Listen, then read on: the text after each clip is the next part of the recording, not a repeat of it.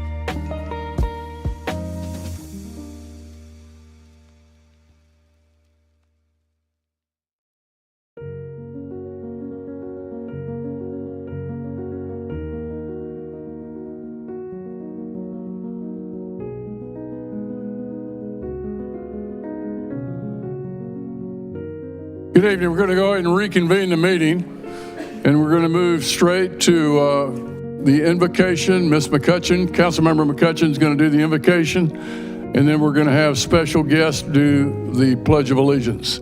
So, Carol? Diana, join me in prayer.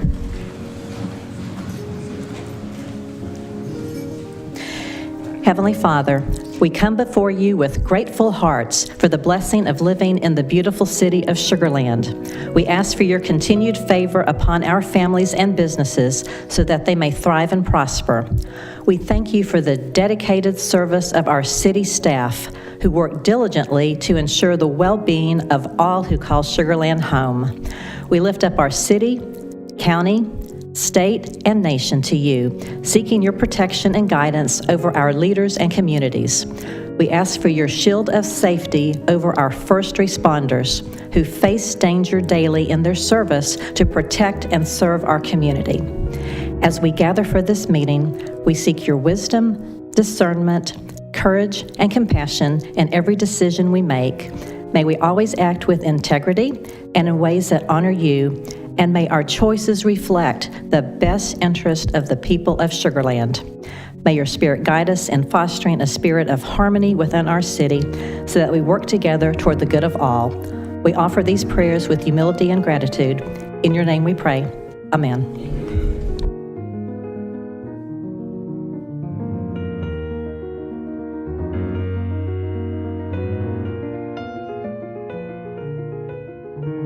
I ask Josie Lou, Elkins High School, Nia Varghese, Elkins, Isha Amin, Elkins, Taha Sharif, Elkins, Lana Wynn, Elkins, Rhea Nurani, Elkins, and Ryan Arafin, Elkins. If you guys could all come down and lead us in the pledge to the nation's flag and the Texas flag.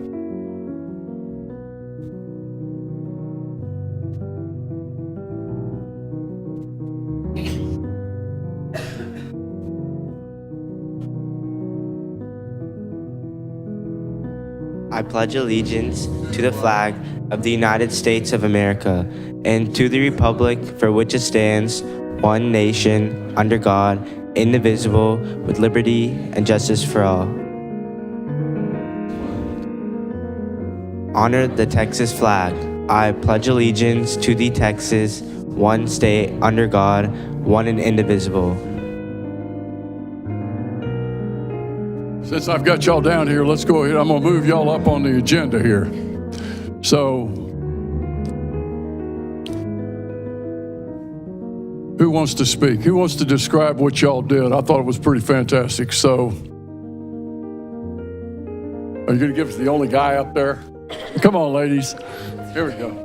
Go ahead. So we are the EVO team. We are from Elkins High School, and our business name is Elkins Very Own, and we are under the nonprofit organization which is called Junior Achievement, which basically trains students on how entrepreneurship works. And we all created our own product called Evotopia, and we went through multiple ideas and basically found the best way on how we can impact our community.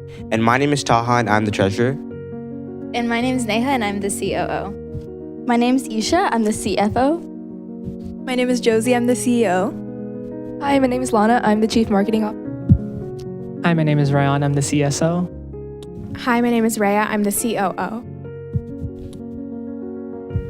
So we found that there was a huge lack of civic engagement, especially when it came to local elections. And through research and surveys, we found that that cycle of disengagement often begins in an education system that neglects that type of learning.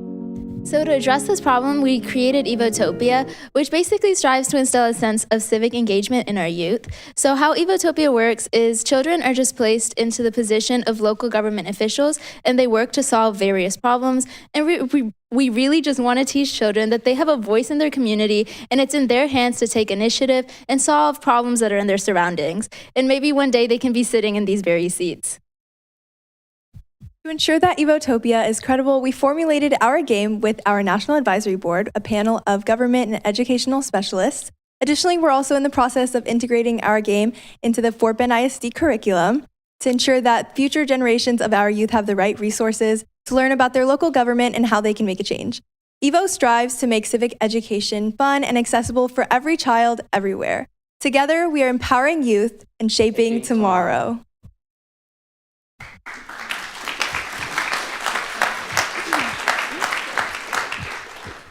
So I had a chance to visit with them when they first rolled it out. It's pretty impressive. A lot of questions. You guys had a lot of cards. I got a chance. I didn't get to play the game. I probably failed, but it was pretty impressive what they've come up with. And what we have here is a civic engagement product recognition presented to Evo, Elkin's very own. We are proud to recognize and celebrate Evo, Elkin's very own, a student-owned business whose creativity and vision have led to the creation of Evotopia, a dynamic board game designed to foster civic engagement, innovation, and youth leadership. Evo has developed Evotopia, an imaginative and impactful board game designed to engage youth in civic processes through simulated town halls that encourage critical thinking, collaboration, and problem solving on real-world issues. Evotopia brings together students from across the community to creatively explore and address real-world issues through simulated town halls by promoting teamwork, critical thinking, and collaboration. This project not only encourages civic awareness, but also empowers the next generation of change makers. This recognition honors the dedication, leadership, and community impact of the student leaders behind Evo, you all. Your efforts inspire us and reflect the power of youth-driven innovation to shape a brighter future. Congratulations. Council members, we're going to get some pictures. Council members, why don't we just come down? Meredith, Linda.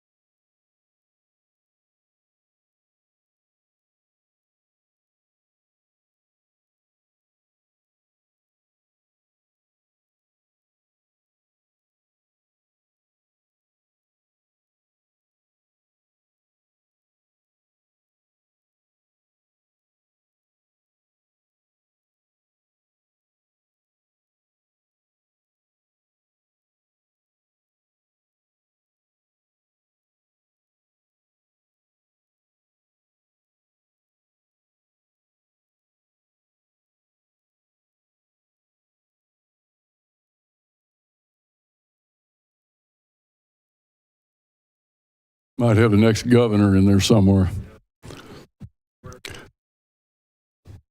Our next recognition is the 2024 Serve Sugar Land Volunteers of the World, the year. Boy, I'm in trouble with that.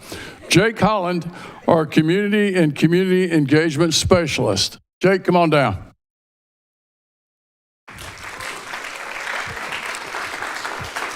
So the Serve Sugar Land program began in 2007 to connect the residents of Sugar Land and surrounding neighborhoods to volunteer opportunities and thus become more involved in local government. In 2024, more than 420 volunteers contributed over 11,600 hours of service to the city, contributing roughly $400,000 in-kind donations. They donated their time and skills throughout the city, including working with our municipal court, Parks and Rec, T.E. Harmon Senior Center, special events, the fire department, and the animal shelter. Each year, city departments are asked to nominate a volunteer who enhances the delivery of city services and fosters an atmosphere of community within Sugar Land. Proud to have you here in our volunteer program and members of our community. And now I'm turning it over to Jacob. Jacob. Thank you all for joining me. I get the pleasure to recognize 8 individuals that were voted on as the Volunteer of the Year in their specific departments. Like the mayor said, these individuals have done a lot to enhance each department and overall the city of Sugar Land. So as I say their name, if you would come up, and then we'll all get you together and take a picture. First up, would like to recognize Andrew Wolf, the Fire Department Volunteer of the Year.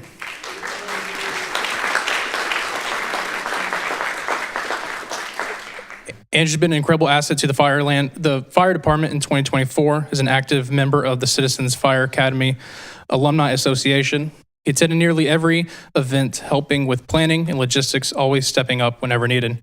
Played a key role in launching a new volunteer educator program, recruiting members, supporting training, and teaching all fall prevention classes for seniors, helping us reach a vulnerable part of our community. Thank you, Andrew. Next up, have Brenda Fry, our Municipal Courts Volunteer of the Year. Unfortunately, Brenda wasn't able to join us today, but I believe she is watching on the stream. So I'd like to recognize Brenda Fry. Brenda's been a dedicated volunteer with the Municipal Courts since 2007, consistently giving 25 to 30 hours of her time each month. Her commitment, compassion, and positive attitude have made a lasting impact on both the court and the community. Next, we'd like to recognize Dave Burdett as the Parks Development Volunteer of the Year. Dave was unable to join us today, so Diana, the Vice President of the FBMBA, will be accepting on his behalf.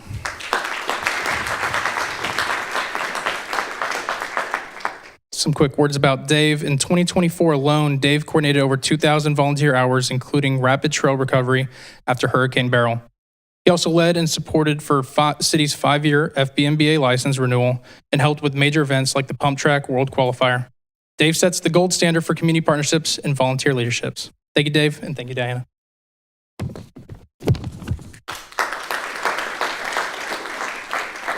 Next up, would like to recognize Janine Partridge as the Special Events Volunteer of the Year.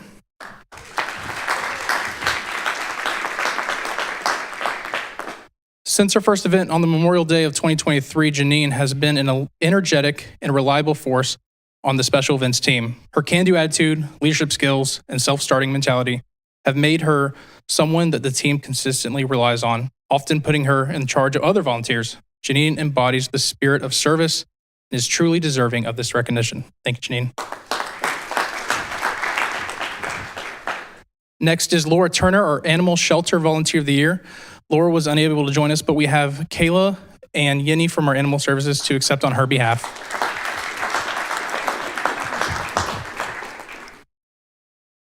Laura's been a dependable presence every Saturday and a passionate advocate for our animals, especially the cats. From helping with adoptions to supporting major events like the Mega Adoption event, Laura's compassion and dedication have changed countless lives. She's a true hero to every animal she meets and is a cherished member of the Animal Shelter team. Thank you, Laura, and thank you. Next, we'd like to recognize Pat and Ralph Stolarski as our T.E. Harmon Center Volunteers of the Year.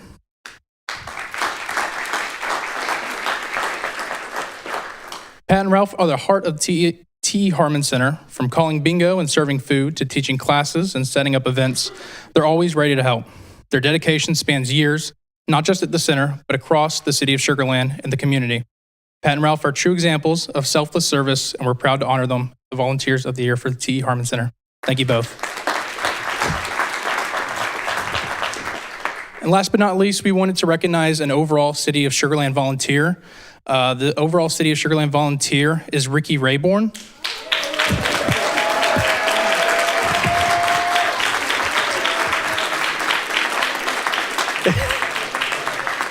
In 2024 alone, Ricky has logged over 915 volunteer hours across 162 activities, by far the most of any volunteer. From City Hall to Senior Center to the block parties to special events, Ricky's always ready to help. What truly sets him apart is his positivity and his warmth. Everyone who works with Ricky agrees he's one of the friendliest, most dedicated people you'll ever meet. Ricky embodies the heart of volunteerism, and we're proud to honor him as the City of Sugar Land 2024 Volunteer of the Year. Thank you all.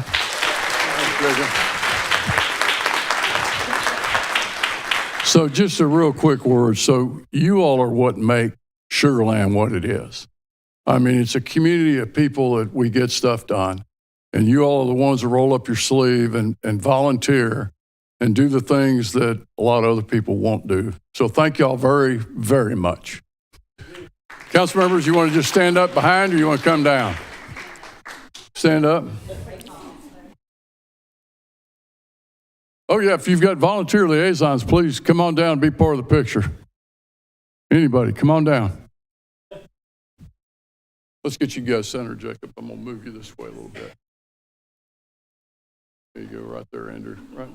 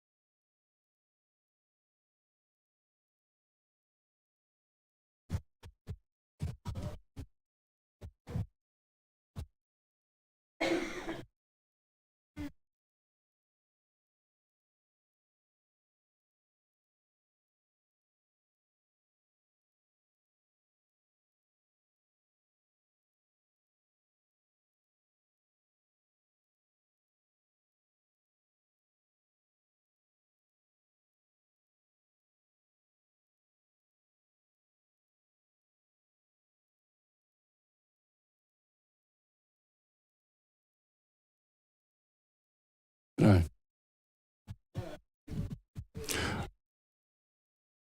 Our last recognition of the evening is for Earth Day, April the 19th, 2025. I'm going to invite Christian Eubanks to come down and help me with this item. Christian, I think you're going to introduce the members. Yes, thank you. We can have the KSOB board members and Youth Advisory Board come up here and join me as well, please.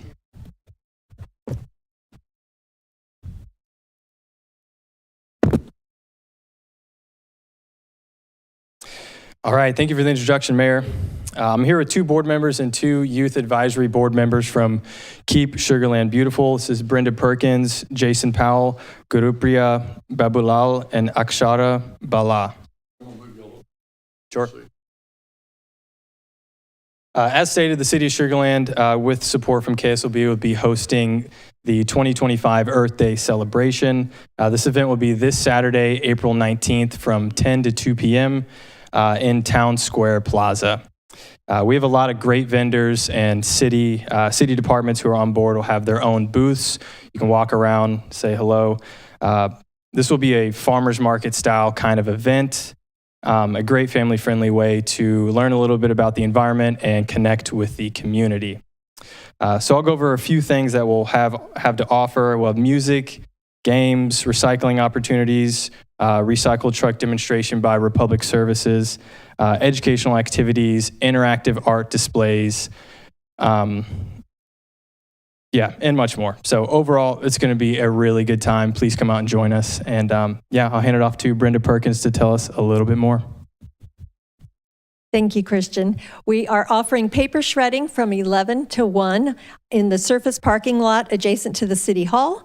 We are very happy to be doing this in conjunction with the city again. It's been a while since we've done such a big event, and we're happy to do that. We're excited, and we are hoping that everyone can attend and invite your neighbors and friends. And if you'd like more information on this event, you can visit the city or KSLB Sugar social media. Now I'm doing it. Social media pages, or you can view the Earth Day event page on the city website. We look forward to seeing you all there. Thank you. We've got a proclamation.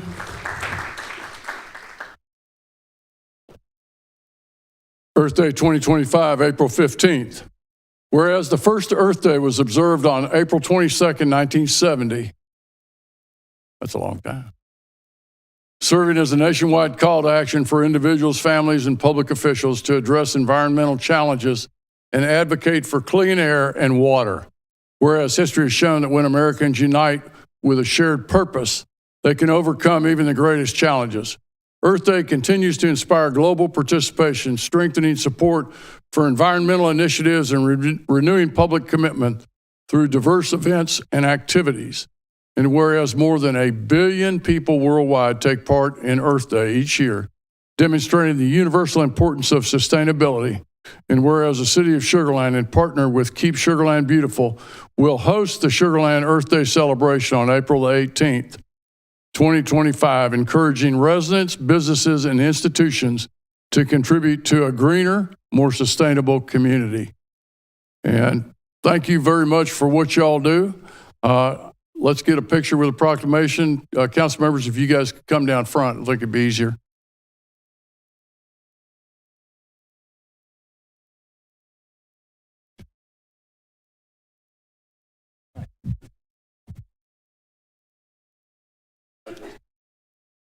Appreciate that.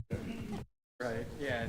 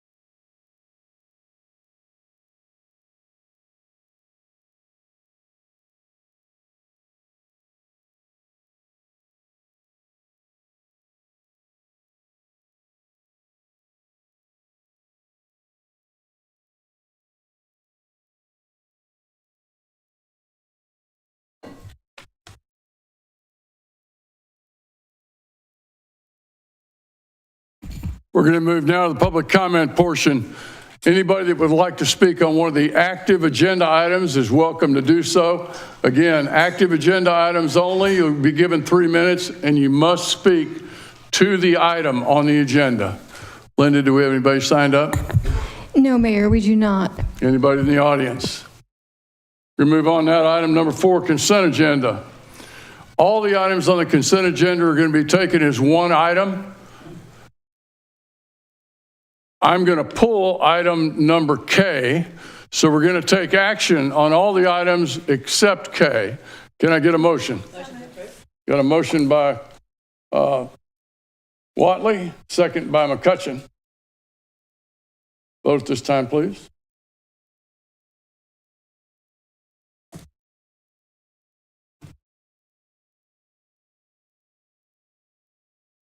And we have Councilmember Naushad Karmali is not here with us tonight, so it passes 6-0. Thank you, council members. This time we're going to move to item number K, consideration of an action on authorization of a development finance agreement by and between First Colony Mud Utility District number 10, Lake Point Owner LLC, and the City of Sugar Land, Texas for financing public water and wastewater for the Pearl and Lake Point. We have Ruth Lomer, our redevelopment planning manager. Good evening, Ruth. Good evening, Mayor, members of City Council. Well, I guess let me start the discussion. So I'm not used to seeing this kind of a development agreement. I mean, the obligation that they're intending to clarify already exists. Yes, sir. Is that correct? Yes, sir.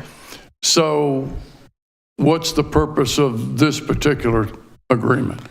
I believe it was to get clarity that the city would be obligated to the same obligation essentially that the MUD would be if we were to annex the MUD. I think it was just a level of comfort that they were looking for the city to enter into the agreement. That's already an obligation that exists. I'm going to make a motion to deny. Do I have a second? Got a motion and a second? If you'll vote at this time. Any questions?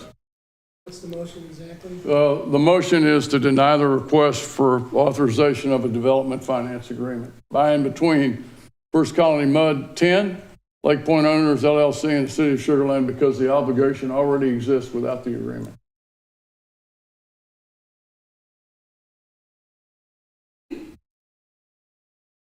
Mayor, can I just ask Go ahead. our attorney or staff if there's any negative, we perceive negative ramifications to the council denying this?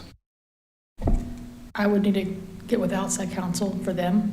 Okay. For us, all this is just saying is that we don't object to them doing into this agreement, and we agree that they're not 90% complete and that we will not annex them and dissolve the MUD until they have reimbursed the developer. Yeah, which we already assume those obligations if we dissolve the MUD anyway, so that's already in place. So the motion is to deny the agreement. Yes.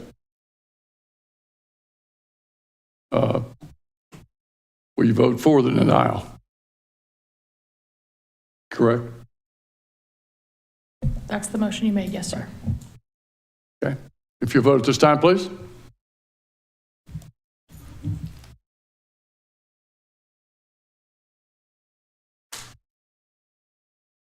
We have a 5-1 vote. And it passes. Item number 5, donations. 5A, consideration of an action on acceptance of monetary donations in the amount of $8,594.62 for adoption efforts and animal welfare community education efforts for the animal shelter.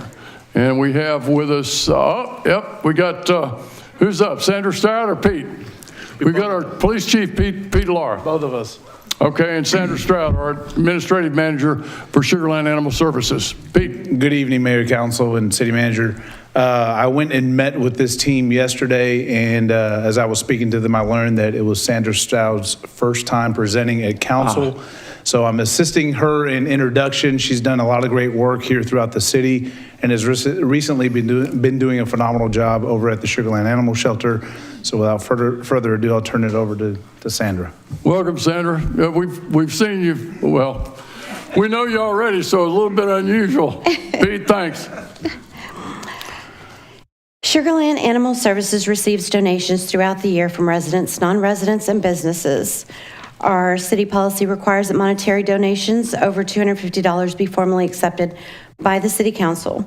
The animal shelter has received 37 donations for a total amount of $8,594.62 since the last acceptance of animal services donations by City Council in January. Our donations over $250 include an anonymous donation of $500, an additional anonymous donation of $1,000, a $250 donation by Douglas K. of $250, Misty's Pet Grooming, $1,000, Donna Hammond, $1,000, Nancy Burkhart, $500, Kendra Scott, $718.93, Ajit the Car, $300, Best Friends Animal Society, $750, and Attorney Brian Wright, $681.50. Animal Services recommends that City Council accept donations in the amount of $8,594.62 to the Animal Shelter Donation Fund. We do have 2 in-person donors that would like to be recognized, Douglas K. and Ajit the Car. Oh, yeah, could you have them come up, please, Sandra? Are they here? Thank you.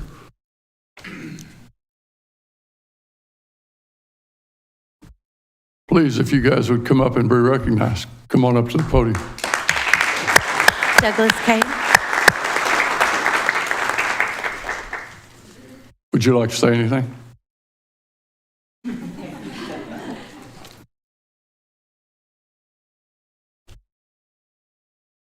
Thank you, Sandra, for taking care of the animal shelter. I am happy that we have so many people contributing to the very good cause. Animals need more protection. Thank you. Thank you very much. Are there any clarifying questions for staff? Got a motion by McCutcheon. Do I have a second? Second by Lane. Thank you. Any other questions? Vote at this time, please.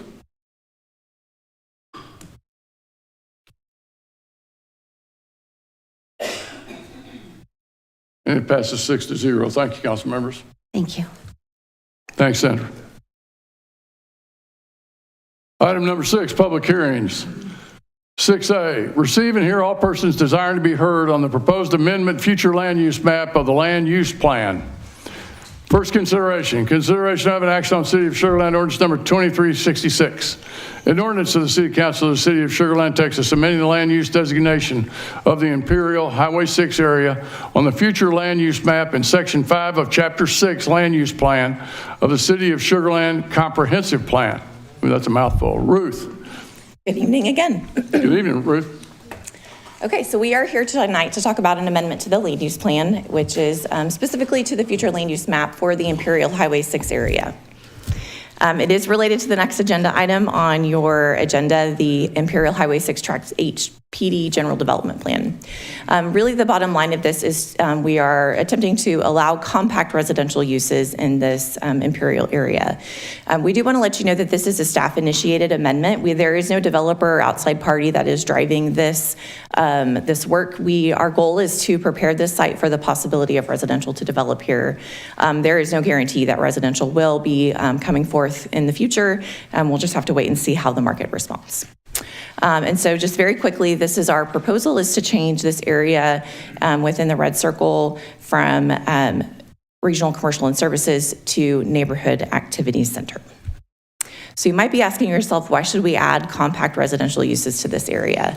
It's pretty simple. Our population is declining, and that's really, in the end, it's hurting our local businesses, our schools, and just our overall quality of life.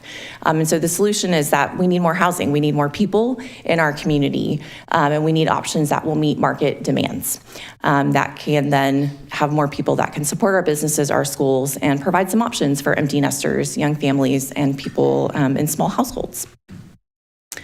We do have a vision from our land use plan that says that Sugar Land's going to grow and evolve to stay a desirable place to live, work, and do business, that we will respond to market changes, demographic changes over time, and adapt through thoughtful development and redevelopment. So we are focusing on creating walkable mixed-use places, regional and neighborhood activity centers, which you are pretty familiar with at this point, that bring together a variety of uses and offer a place for people to live, work, and connect in all in one place. And really, it all starts with the economic development impact cycle. So we've done a great job as a city of bringing in a lot of jobs, and we have our really awesome destination venues, which have provided demand for housing. But we don't have a place for new housing to go. We don't have large tracts of land for new single-family housing. And so what we've seen is a pretty steep decline in our new housing over the last number of years. And so we are lacking in our ability to kind of continue that economic cycle where the housing brings people who then generates property tax, sales tax, which then can be invested into public services and quality of life amenities, which then attracts more jobs and destination venues. So we're kind of at a stop in that economic development impact cycle. We also need more housing variety. This is also information City Council has heard before, where we have about 90% of our housing stock is single family detached. So we are a community that was built for families, but only about 34% of our households actually have children in them. And so we have a lot of households that are looking for different types of housing. And then finally, it's really thinking long-term, being fiscally responsible. We only have less than 4% of our land that's undeveloped. And so we really need to be looking at how we can get the most out of the land that's left. Compact residential uses will allow for more homes and more value per acre than standard single family or even typical big box and strip commercial. So we had an analysis done by a group called Urban 3 where they looked at the value per acre that is brought in by different land uses. And as you can see here, the medium density or kind of compact residential that we're talking about here, it's at an average of $4.2 million per acre, whereas the lower density residential is about half that. And actually so is your kind of strip commercial. So in terms of a value per acre, this is a great use. So looking again at our land use plan, we do have several goals that support providing residential in this area, including creating new mixed-use activity centers, encouraging residential options, and then having balanced growth, so ensuring that our development and redevelopment support the city's long-term financial health. We also have the new strategic action plan that was adopted by City Council a couple of months ago, which does direct us to create a forward-looking housing strategy to support redevelopment. And so this enables us to respond to the current economic market and in the end, enhance quality of life and strengthen our local economy.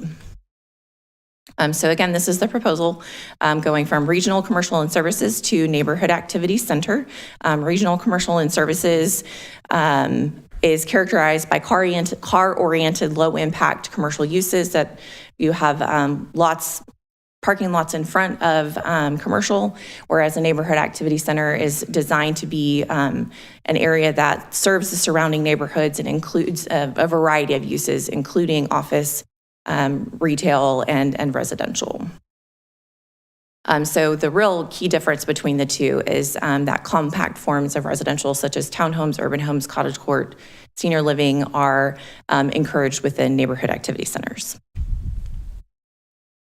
So these are some images of some examples of what we're calling compact residential that could be allowed within a neighborhood activity center.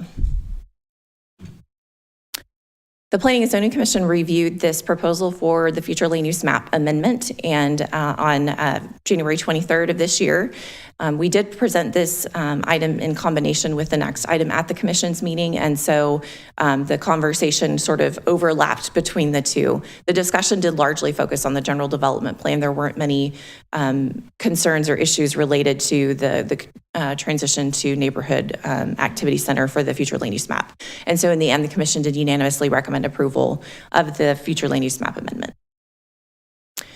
For the public hearing notice, we sent a notice to property owners within 200 feet. We also included this flyer that we had prepared for a public meeting that we had, placed information in the newspaper, sign at the location, and then also sent information to the HOA and placed it on Nextdoor. So at this point, our points for consideration is that, as I mentioned, this is a staff-initiated amendment to the land use map.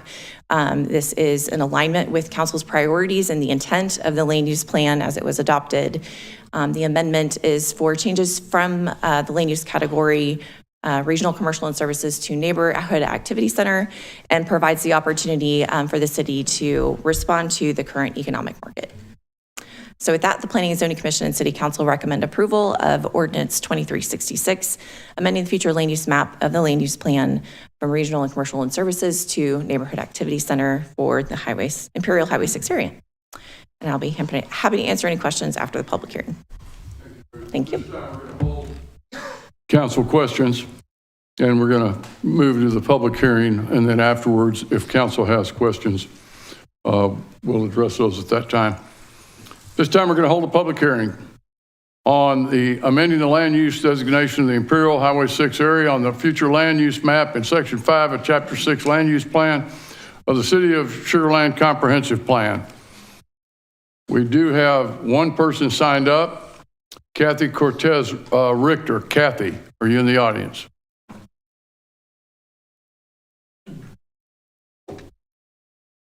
Good evening. Good evening. Oh, my time started. My name is Kathy Cortez Richter, and I'm actually a resident that is directly affected by this change. I live on the lake that faces the back of the zoning, and I attended the zoning committee, and there were concerns that were brought up at the zoning committee, unlike how the committee shared. Our concerns that we were promised mixed use, and originally the zoning was for 100% commercial, nothing was residential. When we moved into the neighborhood, that was the community plan. You know, that was why I chose the plot of land where I live now. And now all of a sudden, because the city needs more residential, they want to rezone this to make it residential. But then they're not honoring the promises that were made to the residents, the promises of the whole Imperial by the sugar factory. None of that happened. And now we as residents, we need to speak up and defend the little land that is around us, because that directly affects us. We want other things, not just residential. Nothing for the past 7 years that I've been there has happened. The only thing recently is the Talyard Brewing, and you guys can see how busy they are, how popular it's been. That's what we want. We want restaurants, we want stores, we want things we can walk to, we want things, I understand as a city, you have to look at the need for everyone, but at the same time, we ask that you look at the need of our community, the Imperial residents. The 200 feet that they advise, that's about 20 homes out of our entire neighborhood of hundreds of homes.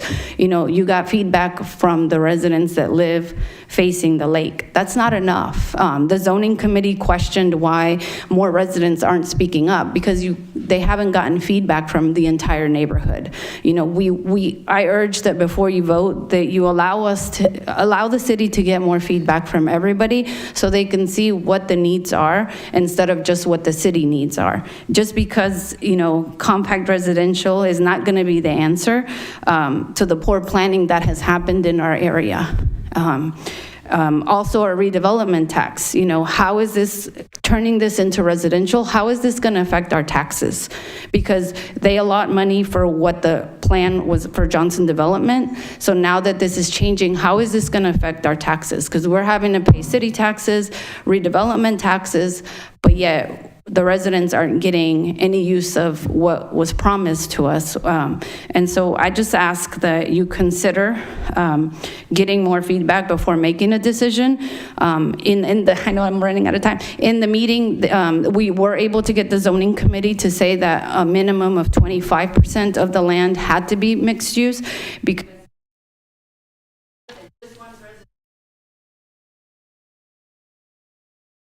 Thank you. Is there anyone else who would like to speak in this public hearing? We're going to go ahead and close the public hearing. We're going to take up first consideration. Consideration of an action on the City of Sugar Land Ordinance Number 2366, an ordinance of the City Council of the City of Sugar Land, Texas, amending the land use designation of the Imperial 6 area on the future land use map in Section 5, Chapter 6, Land Use Plan of the City of Sugar Land Comprehensive Plan. Ruth, council members, questions? Okay. Stuart? Thank you, Mayor. Ruth, help me out, help me understand, because I think items A and B are layered. Could you just kind of just show it, spread it out for us exactly what A and B in the relationship is? Sure. So this is an amendment to the future land use map, which would essentially allow for a mix of residential and non-residential to be developed in the future on this site. It is the policy document. Just tract H, just this site, not all Imperial, or just this site? Correct. It's just the part that's changing. I'm sorry, I'm trying to find the slide. Is somebody else? I don't know what's happening here. It's just tract H.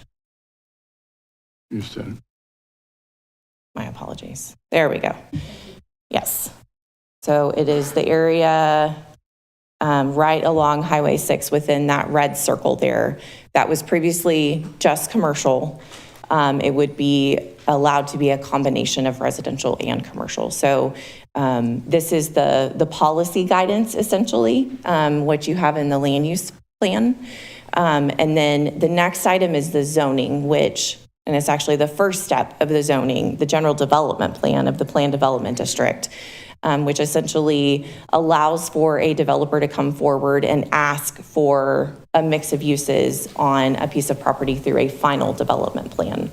So none of this actually authorizes a developer to begin development. There's still a process where they will need to come forward to the Planning and Zoning Commission and City Council through a final development plan in order to develop either commercial or residential uses on this site. Follow up, please. Oh. Okay, Ruth, shouldn't item 6A reference tract H? It seems to, from my several times reading through, it seems as if it's generally for Imperial. Should it not reference H as well? So tract H is actually referred to in the general development plan in the zoning document, and so that's why you see it referenced in the zoning document but not in the map. When we change the map, the only thing that's changing is the area that the color changes for. So it's just this area that is changing. The description is just sort of a general description, but it's not for the entire Imperial area. It's just this area that has a change of color. Okay, and our city attorney is comfortable with that? Yes, sir, I am. Thank you very much. Let me finish A and then we can go. William, go ahead. So I absolutely support the need for residential. However, this community is very, very important to our city because it's so close to the start of our history. And I believe that they certainly deserve the answers to the questions that I know that have popped into my head already. And that is, of these homes, and this is a terrible guess, I'm sure, but in that immediate area, there's plus or minus 250 homes. 200 homes. I have no idea. How many of those homes have been notified about this change, potential change?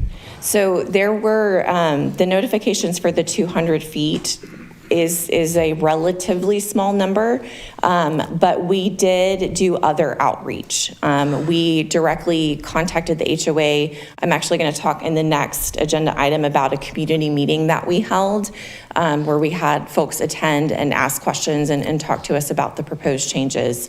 The focus of that was on the zoning part of it. That's why I put it in that part of the presentation. But we communicated through the HOA. We also communicated through residents that we have been in contact with in the past on just kind of Imperial in general. And so we did our best to get the word out to residents in the best way that we could. We put information on Nextdoor. Like I said, we distributed it through their HOA. Although 200 feet sometimes doesn't seem like a lot, that is what's required in the state statute. And so that is what we typically will mail notices to is the 200 feet. And then we do the other means to try and reach the others that are beyond that may be interested in it. And may I follow up? Follow up. I understand this comes from our growing pains, okay? And I also understand that properties like potential developments like this truly can produce great retail dining and entertainment. I'm excited about that. However, I am absolutely opposed to only a few being notified aggressively. And the reason is I think once they essentially wake up to what may be happening, especially if there was some promise made. I don't know if you would even know a promise made. I'm very uncomfortable with making this particular change, which most people are probably thinking, I can't believe he would be uncomfortable. If you had told me we notified that entire community, I would feel very comfortable. But I don't feel like they've been notified. Correct me if I'm wrong.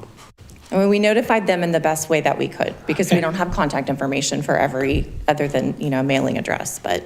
Up to 200 feet. Right. Okay. Carol.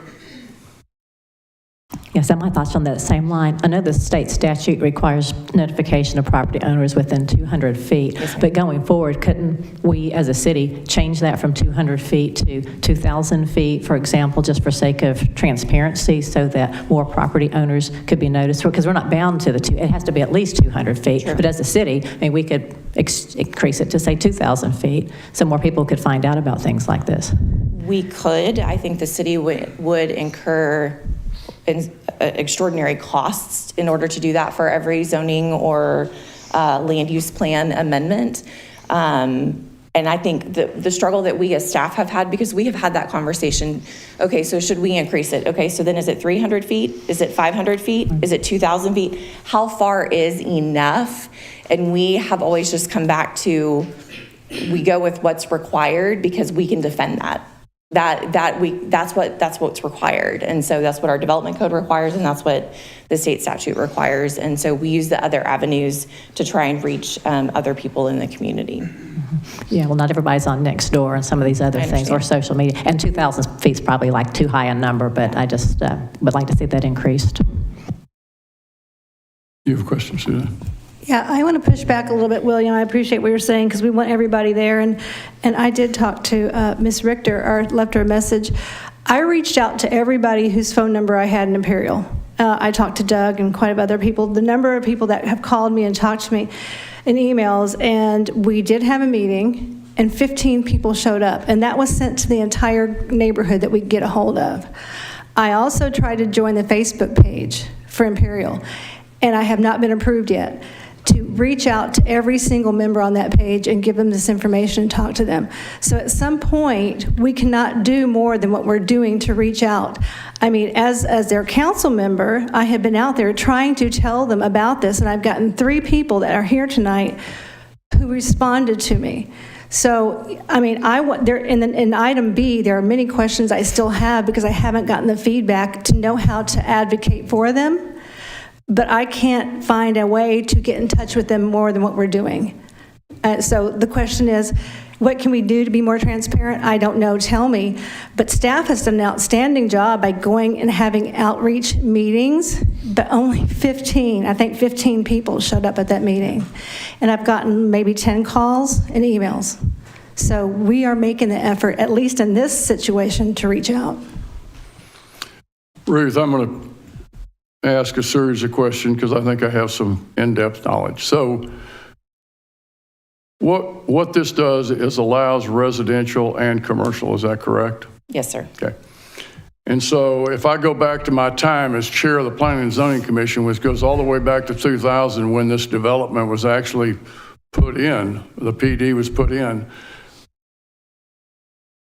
it's been for business office, I think it's been for commercial. There has not been a market for that. That's a fact. Right. Had there been a market for it, it would have been developed. Right.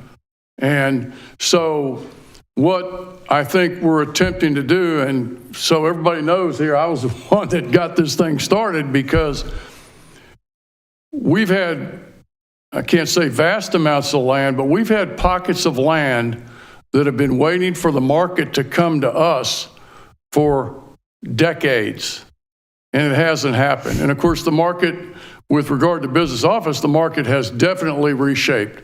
With regard to commercial, it's the same. And it is true that certain uses come into play depending on what the cost of the land is. And so what we've attempted to do is say, okay, look, there hasn't been any development for decades. Is there a use that we could allow, and this is commercial and residential, that would allow this land to come onto the tax rolls and actually provide a benefit to the people that are in the IRD? We've taken other actions. We don't need to get into them here. We've taken other actions to address Imperial. And recognizing that there was a commitment that was made. We've worked through it, through several mayors for 20 years. And we've finally taken action now that I think will change that. So my caution is that this allows both commercial and residential. We haven't done a market study. I don't think we need to do a market study with regard to business office. That use hasn't materialized in 20 years. So this is a way for us to put the land back out there with a restriction that allows some flexibility to see if that's a market that we can participate in. So I support what we're doing here. I think before I take action on this, I'm going to go ahead and open up the B part of this. So we'll take them separately, but let's look at them both together because I think that could answer some of the questions and address some of the concerns. Okay. Any other questions on this particular track? Okay. I'm going to move now to item number B. Public hearing. Receive and hear all persons desiring to be heard on the proposed rezoning of approximately 30 acres located east of Highway 6 between Imperial Boulevard and Crown Garden Trail to Planned Development District General Development Plan, Highway 6, Tract H. I'll read the action. First consideration of an action on the City of Sugar Land Ordinance number 2368, an ordinance of the City Council of the City of Sugar Land, Texas, providing for a change of zoning of approximately 30 acres of land located east of Highway 6 between Imperial Boulevard and Crown Garden Trail from Plan Development PD, District General Development Plan, Imperial, to Plan Development PD, District General Development Plan, Imperial Highway 6, District Tract H. Ruth, would you like to go ahead and give us a presentation, then we'll have a public hearing, then we can kind of tie them both together. Yes, sir. All right, so this is a new plan development, general development plan. Just like the future land use amendment, this is staff initiated, and it's for approximately 30 acres to add residential uses to the existing commercial uses that are permitted in the general development plan as it is today. So as the mayor stated, the original Imperial PD general development plan was approved some time ago. It did envision commercial uses and has largely remained vacant. There's just that corner medical office building that has developed in that time frame. We have received a number of inquiries over time for residential on this property, but we didn't have specific policy direction that supported residential here. We did have general policy direction regarding residential, again, the land use plan encouraging residential options, and then most recently the strategic action plan that City Council adopted, directing us to create a forward-looking housing strategy. So looking for opportunities where new housing can be created in order to support redevelopment. And so we did identify this site as an opportunity for new residential. The Planning and Zoning Commission, as we mentioned, did recommend approval of the change from Regional Commercial and Services to Neighborhood Activity Center, which would provide the direction to include compact residential in this area. The proposed general development plan is creating a new general development plan that is only for Tract H, rather than readopting the entire general development plan for the 690 plus acre Imperial development. However, I did use the last general development plan as a starting point for this GDP. We did things like eliminating references to and exhibits that were specific to the ballpark district and the historic district and areas like that that don't apply here. And then also added the compact residential uses, which is live, work, townhome, and urban home. Do want to note it does not include duplex or multiplex. We also applied the standards for these residential uses that had been applied in other parts of Imperial to this particular area, and updated a couple of the exhibits, including the general land plan to add residential, and then revised Exhibit B2, which is the permitted uses list, which only includes Tract H. So this is Exhibit B1, which is the general land plan. The only change was to the legend over here to add residential as part of the mixed use options for that tract. And then this is some images of compact residential uses. In fact, these are uses that are in Imperial today or in Lake Point. These all come from inside our city. So as I mentioned, the commission also reviewed this item on January 23rd of this year. We had one speaker with concerns about the limited community engagement and notification, but a lot of the concerns also related to multiplexes, which were at the time included in the general development plan. The commission did have quite a bit of discussion and had some questions about the different definitions of the new housing types, had questions about the number of anticipated residential units. They did talk about the notification of nearby residents, value for the Imperial Redevelopment District, coordination of future residential and commercial proposals, and the desire to evaluate other developable tracts for residential. So kind of asked the question, why this one and not looking at some of the other ones in the Imperial area? Ultimately, the commission, the recommendation to approve the GDP did fail. It was a 4-4 vote, and they asked us to go back out and talk to the HOA and to the neighborhood about this, and so we did. And so as we talked about just a minute ago, we did have a community meeting where well, prior to that, we had talked with the HOA representatives, and as a result of that conversation, we did remove multiplexes and duplexes as a permitted use. And so it's narrowed down just to the townhomes, urban homes, and live-work units. And then we hosted a community meeting on March 6th and sent that invitation to area residents, as I mentioned, and also to the HOA. We did have about 15 people in attendance, and we talked about things like the time frame of the expected development, the type of retail that would be allowed, the quality of the homes that would be built, process for future final development plans, and questions about who the landowner is. We went back to the commission in March with the new general development plan with those revisions, as I mentioned. We had 3 written comments that came in advance of that meeting. 1 was in opposition and 2 were kind of general inquiries in nature. They generally express concern with the quality of the potential residential that might be developed there, and wanted to make sure that they would be a part of and pay into any the HOA that they're part of, as well as that Imperial Redevelopment District. So definitely some kind of recurring themes that are coming through the conversations. We had 2 speakers that came and spoke during the public hearing. One was opposed to adding residential to the area, and the other was open to residential but wanted to see some of the property used for commercial, so not allow for all of it to be dedicated to residential.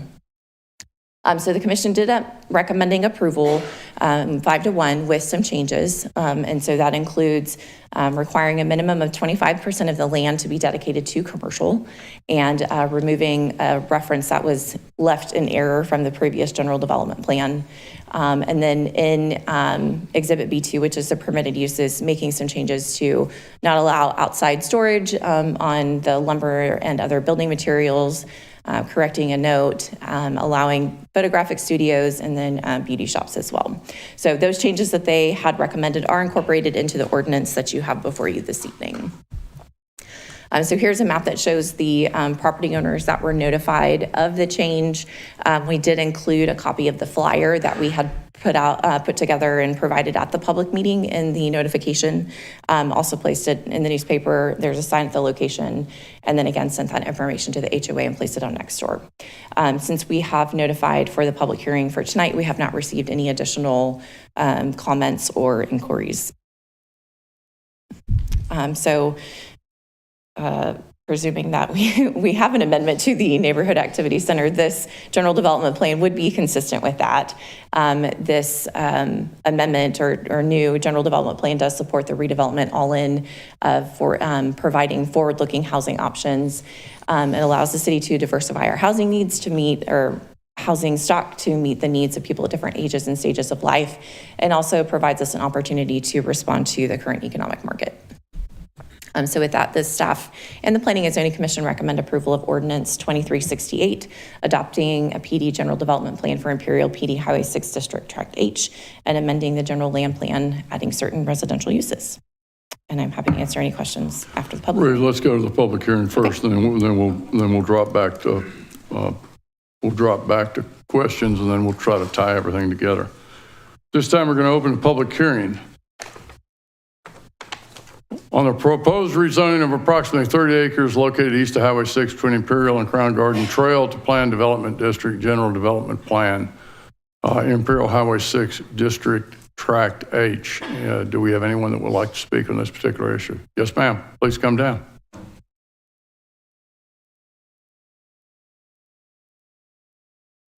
Hello again. To answer Mr. Williams' question, that's about less than 20 residents that were notified. And if you looked at the map where it's 200 feet, all that was lake, so there's no homes there. So I appreciate, your effort, Ms. Suzanne. I would love to meet with you if you want to address any of the concerns. That notification came out fairly right before the meeting, I think it's like 2 weeks before. So I apologize if you're not getting enough feedback from us. The Facebook group is for residents only. That's probably why they haven't admitted you in it. So I apologize for that. My concern is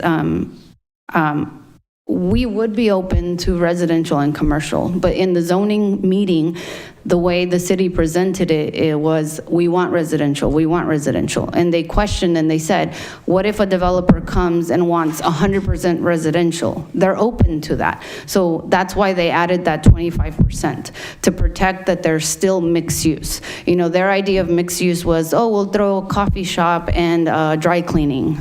And that's what their idea of mixed use was. That's not good enough for the residents.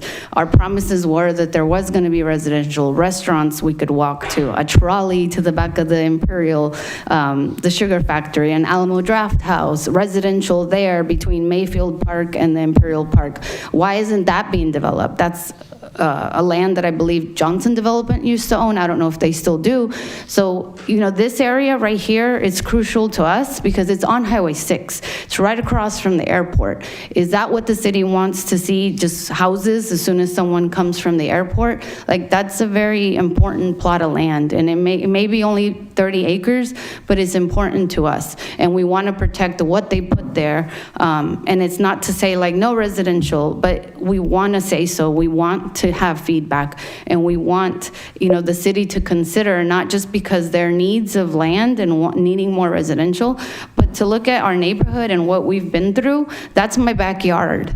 And I feel like we should have a say-so on what goes in our backyard. That lake is not a lake where people can walk around. It was supposed to be commercial. It was supposed to be very protected. Now it's like we have no clue what's going to happen. When are they going to build more roads? Are people going to have access to it? There's so many things that go into this, and we just want to be able to know what the plan is, because it's clear that the city only wants residential majority. So that's what they're going to look for in a developer. They're not going to look to see what the neighborhood wants, what the residents need. So I'm sure y'all will probably vote, but we just be considerate of how many people were told about this. If 20 people were invited and 15 showed up, that should tell you that we do have. Thank you. Ruth, why don't you go ahead and come back up? I'm going to attempt to try to tie this thing together. Let me first say that the city doesn't want commercial or residential. What we're trying to do is offer flexibility for a developer, a third-party developer. The city's not in the development business. A third-party developer to come in so that they have flexibility so that we might be able to get some development. Again, we don't set the market. So the market determines whether that particular use is there. That's what we've seen. Also, we keep coming back to the sugar site. That's the reason the city stepped up and is going to acquire the site, is because we've waited for over 20 years and we haven't been able to find a developer that was capable of, one, not only financing it, but actually developing it. So what we're trying to do is incentivize the market or provide flexibility in the market to see if we can attract a developer. The city is not, and I want to repeat so that everybody hears if they're online, the city is not pro-residential, pro-commercial. We're just trying to offer some flexibility so that we can attract a developer, someone that would develop something that we could use. Second question, Ruth, this is more of a question, that was a comment. This is a two-step process, is it not correct? Yes, sir. So that the audience understands, when we do a general development plan, that's just that. It's overall, this is the use that we'd like to see. You, Mr. or Miss Developer, need to come back with us with a specific product type, either residential or commercial, and you need to share that with the public, the Planning and Zoning Commission, and the City Council.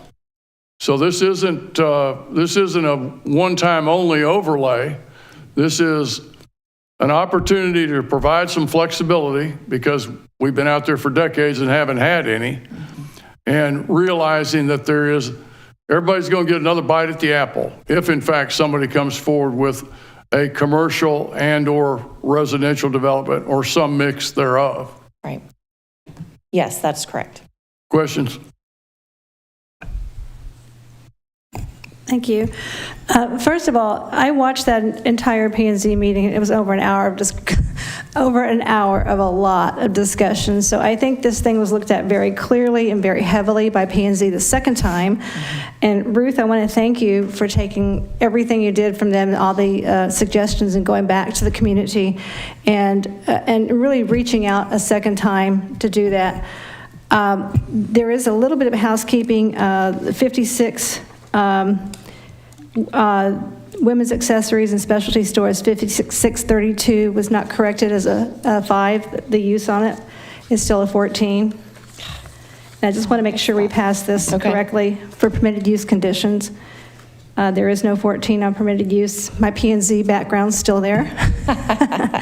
So I just looking at this, and I think the public is misinformed or not informed of the fact that we have 5.5 pages of retail use here. We're not going to put up a coffee shop. We're not going to put up a single small building. When we talk about inviting retail into this area, you've got 5.5 pages of suggested retail that's usable in this area. Not to mention what you can do. Under standard industry code, which is part of it. Right. So even in your live work, you have a whole page of live work opportunities in these homes. So we are inviting commercial into this, even in the residential residences themselves. And the mayor made a perfect point, and this was a huge discussion on P&Z.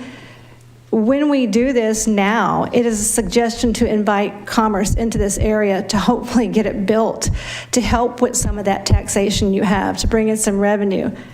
When the final PD comes, it'll be a whole new program, and we get to go through this process again, and we get to look at it. And hopefully we get more feedback, I do especially, so I know what you want out of all these retail, because you will see it on a development plan, a final development plan. You'll actually see what's going to go there. So when you go back home, or if you're at home listening, go pull it up on our agenda, and you will see what items are available to this development plan. And again, if we don't look at this and make the opportunity for development, it's just going to sit there and you're going to continue to pay for it out of your pocket. So I appreciate everything you've done and everything P&Z done. That's my comment. Anyone else? William? I feel like I'm still stuck. So if you, and you don't have to go to the trouble, but if you were to pull that map back up, showing where you did touch a notification to the community, and 15 did show up in some way, whether they were in person or whatever, that's pretty significant. And so there's a nerve that was touched on that community. And I'll be candid with you. I think Imperial is super special to me because they took a risk in an area that I am thrilled they took a risk to move into. And I feel strangely, and you know me, or I think most people know me in multifamily, I certainly want it to be considered here because it will bring more than likely the retail and all that we want. But at the end of the day, if you had told me, or if someone had told me, you had just touched that circle beyond that front line, and I'm sorry, I'm not familiar with that map well. There is and I'm sorry, I digress on this. The street is called Crown Garden Trail. Garden. If you had at least touched Crown Garden, and I am not saying you failed, I don't want you to hear that. I would feel a little better because my guess is, using the odds, if you got 15 out of 20, my goodness, you might have had 100 out of 120. I have no idea, right? We'll never know. But I have spent the last month of my life meeting people about transparency. And I got to tell you, I love the idea of this development, but I don't feel like enough people have been notified that are going to be affected by it. That's me personally. So. How many people did you send the notice to the HOA meeting out to, the community engagement meeting? Oh, gosh. I don't recall that number. I'm sorry. I want to say it was maybe 15 or 20 that we had addresses for, and then we also sent it to the HOA, and they... 6, land use plan of the City of Sugar Land, comprehensive plan. Do I have a motion? Motion to approve. I'll make the second. Any further discussion? Vote at this time, please.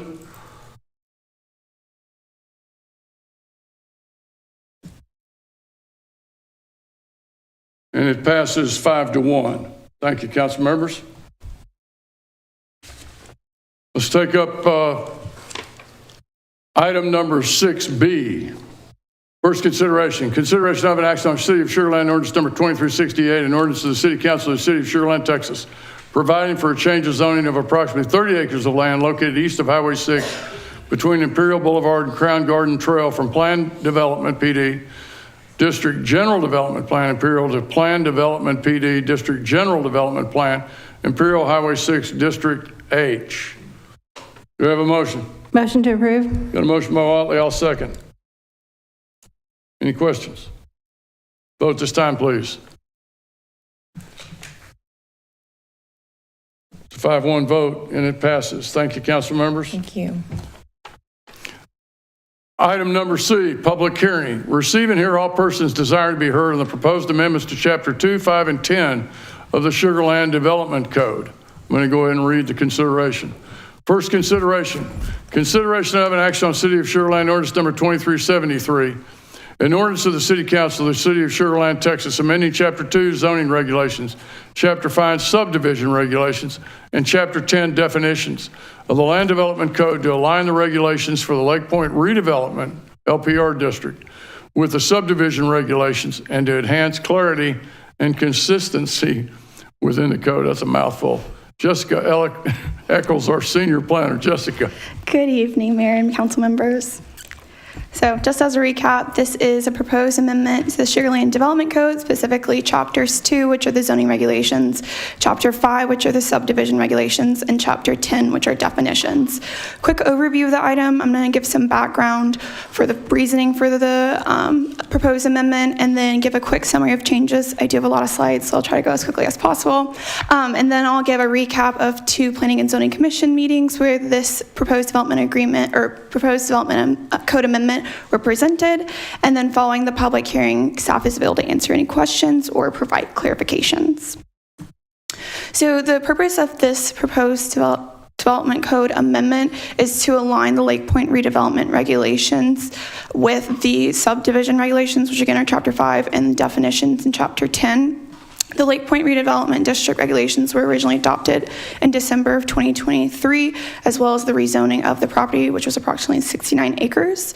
The first amendment to these regulations were adopted last year in June, and that amendment included clarifying that middle housing dwellings must be rear-loaded and the garages must be accessed from an alley, specifying that buildings in middle housing developments in this district shall be oriented so that the primary facade faces either a street, civic space, or mews, and then adding a definition and regulations for mews.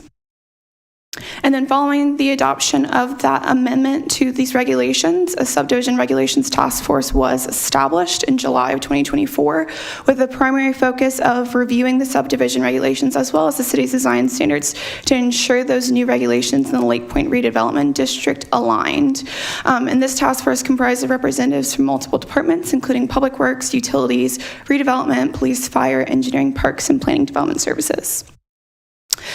This proposed amendment is also supportive of the city's all-in initiative of fostering sensitive redevelopment, which includes the key objectives of fostering a commercial and residential redevelopment environment by updating codes and policies, as well as preparing key sites, specifically Imperial and Lake Point, for redevelopment.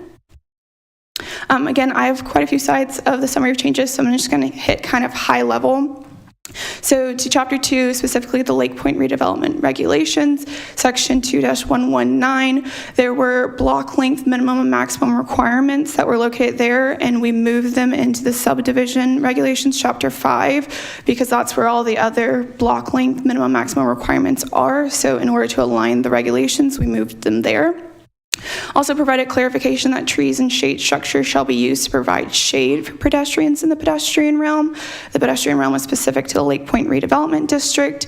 And we provided clarification that shade structures shall be used to provide shade when on-street parking is located in the pedestrian enhancement zone, because no trees will be planted there.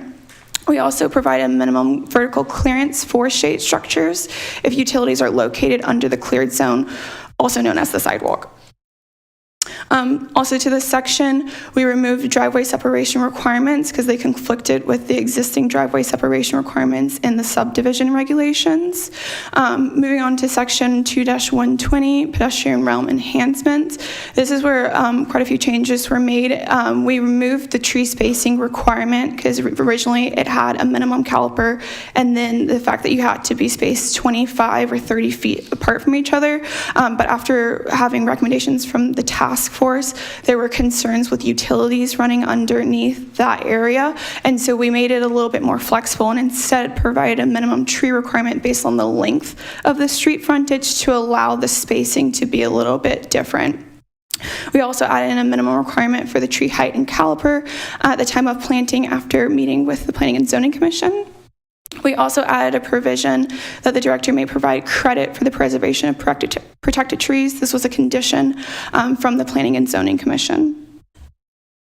To section 2-121, language was added that allows civic space to satisfy parkland dedication requirements if the civic space contains recreational amenities and if the Parks and Recreation Director approves the proposed recreational amenities. And then to section 2-122, the MUSE requirement was increased for the minimum width to 30 feet in order to accommodate utilities. Moving on to chapter 5, section 5-3 is definitions. I do want to clarify that there are specific definitions in this chapter, as well as chapter 10. The ones in chapter 5, specifically section 5-3, are terms that are used in that chapter. So terms like alley, civic space, MUSE, middle housing, and street were not already defined terms in there, so we just added those terms and then referenced the existing definitions in chapter 10. To section 5-19, we added frontage requirements for middle housing in the Lake Point redevelopment district to match the zoning regulations already in section 2-122. Again, that middle housing buildings could front on either the civic space, MUSE, or streets. We removed the pavement width for non-residential alleys to align with the design standards because it was already listed there for those requirements, and so in order to reduce conflict, we just left it in the design standards, and then added clarification that residential alleys are only required if it's required by a zoning district. And then this is where we added the block length requirements back in, is to section 5-20. And then 5-30 is also where we added in the reference to the civic space being able to satisfy that parkland dedication. And then moving on to chapter 10, we added clarification that MUSE may include utilities and specify that they have frontage on a public street. And then we also added townhomes to the middle housing definition to align with the Lake Point redevelopment regulations because they were previously left out of that term. And then the biggest change to the definitions was based off a recommendation from Planning and Zoning Commission, where they felt that the existing definitions were hard to read because they are currently, and I'll go ahead and go to the slide so you have a visual of it. They are currently listed out all under D, dwelling, and so the terms were dwelling, live, work, dwelling, multifamily, dwelling, multiplex. They found that that was not an easy way to find those definitions. So what we did is we moved the existing definitions, created a new term, so that way it was in alphabetical order. So for example, live, work, the new term is live, work, dwelling. It's the same exact definition, and then under the previous term, we just added a reference, so it's captured in two places. Because this is a text amendment, the public hearing notification requirements were met. The notification was posted in the newspaper as well as on the city's website, as well as a dedicated development code webpage being on the Planning and Development Services webpage with the proposed draft. At this time, staff is not aware of any opposition and we have not received any inquiries. Again, we met with Planning and Zoning Commission twice with the proposed development code amendment. Staff held a workshop at the March 11th meeting where the commission asked a lot of clarifying questions and provided a significant amount of feedback, the most substantial being the changes to section 2-120, adding back in that caliper requirement. And then to section 10-3 with those clarifying of the definitions. And so revisions were made to address that, and those were presented back to the commission at the March 27th meeting where the public hearing was held. No speakers were present at that public hearing. The Planning and Zoning Commission only had clarifying questions about tree preservation credits for trees required to be planted in the pedestrian enhancement zone. They unanimously voted to recommend approval of the development code amendment, but with the condition that a provision be added into section 2-120 that tree preservation credits be allowed when required trees be planted in the pedestrian enhancement zone. And so following the public hearing, staff is available to answer any questions, and the commission staff are recommending approval of ordinance number 2373. Thank you, Jessica. At this time, we're going to hold questions, and we'll move to open to the public hearing to ask anybody that would like to speak in this particular item to come forward. Hearing none, we're going to close to Public hearing, we're going to move on to first consideration of an action on City of Sugar Land ordinance number 2373, an ordinance of the City Council, City of Sugar Land, Texas, amending Chapter 2 zoning regulations, Chapter 5 subdivision regulations, and Chapter 10 definitions of the Land Development Code to align the regulations for the Lake Point redevelopment LPR district with the subdivision regulations and to enhance clarity and consistency within the code. Questions, Councilmember Stewart? Thank you, Mayor. I want to tell you how comforting it is to have all the specifications, tree caliper and everything, so that we have excellent, nothing but excellent development. But in the last Economic Development Committee meeting, Councilmember Watley and I asked staff, why isn't there a minimum dwelling size? Yes, staff is looking into that. It was not going to be incorporated into this amendment, but we are looking into that into future amendments. We're still looking at other ways to tweak the Lake Point redevelopment regulations in the future. Okay, so that's still alive? Yes, Okay. yes. All right, thank you. Carol? For those who may be listening online, could you please define muse? Muse, yes, I can.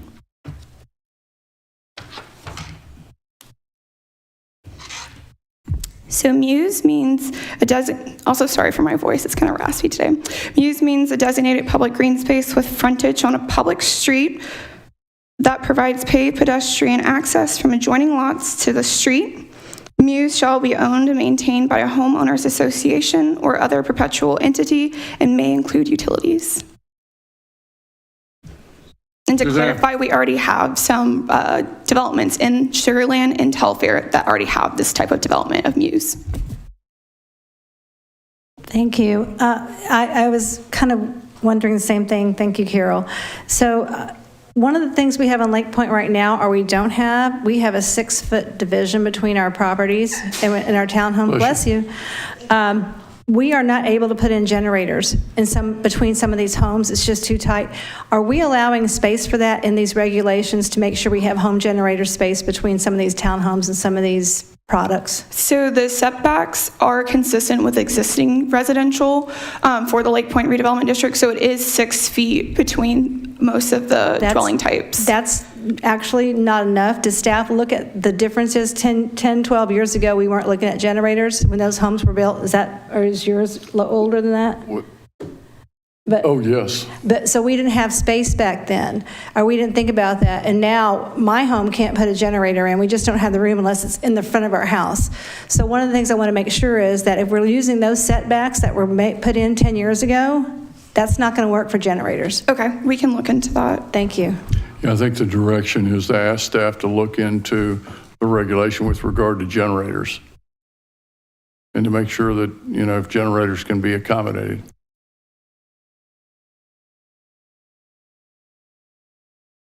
Good? Yes. Okay. Anyone else?